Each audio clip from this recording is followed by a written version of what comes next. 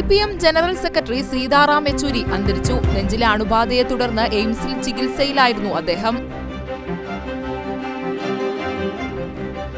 ചലച്ചിത്ര താരങ്ങളുടെ സംഘടനയായ അമ്മ പിളർപ്പിലേക്കെന്ന് റിപ്പോർട്ട്. 20ഓളം അംഗങ്ങൾ ട്രേഡ് യൂണിയൻ ഉണ്ടാക്കാനായി ഫെഫ്ക ജനറൽ സെക്രട്ടറി ബി ഉണ്ണികൃഷ്ണനെ സമീപിച്ചതായി റിപ്പോർട്ട്. ചലച്ചിത്ര രംഗത്ത് നിലവിൽ 21 സംഘടനകളാണുള്ളത്.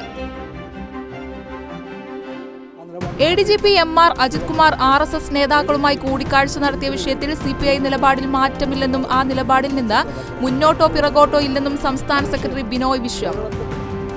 സുപ്രീം കോടതി ചീഫ് ജസ്റ്റിസ് DY ചന്ദ്രചൂഡിന്റെ ന്യൂഡൽഹിയിലെ വസതിയിൽ ബുധനാഴ്ച നടത്തിയ ഗണപതി പൂജയിൽ പ്രധാനമന്ത്രി നരേന്ദ്രമോദി പങ്കെടുത്തു. ചീഫ് ജസ്റ്റിസിനും ഭാര്യ കൽപ്പന ദാസിനുമൊപ്പമാണ് പ്രധാനമന്ത്രി നരേന്ദ്രമോദി പ്രാർത്ഥനാ ചടങ്ങുകളിൽ പങ്കെടുത്തത്. ജൻസന്റെ വിയോഗം അങ്ങേയറ്റം വേദനിപ്പിക്കുന്നുവെന്ന് രാഹുൽ ഗാന്ധി. ശ്രുതി ഒരിക്കലും ഒറ്റയ്ക്കാകില്ല. ശ്രുതി തനിച്ചല്ലെന്ന് ഓർമ്മപ്പെടുത്തി പ്രതിപക്ഷ നേതാവ് രാഹുൽ ഗാന്ധിയും ആശ്വാസവാക്കുകൾ കുറിച്ചു.